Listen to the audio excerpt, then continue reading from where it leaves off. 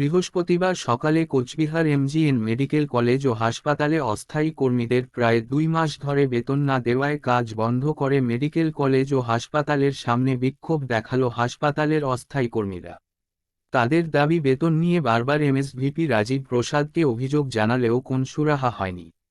তাই আজ বাধ্য হয়ে কর্মবিরতি রেখে অবস্থান বিক্ষোভে সামিল হয়েছেন বলে জানান।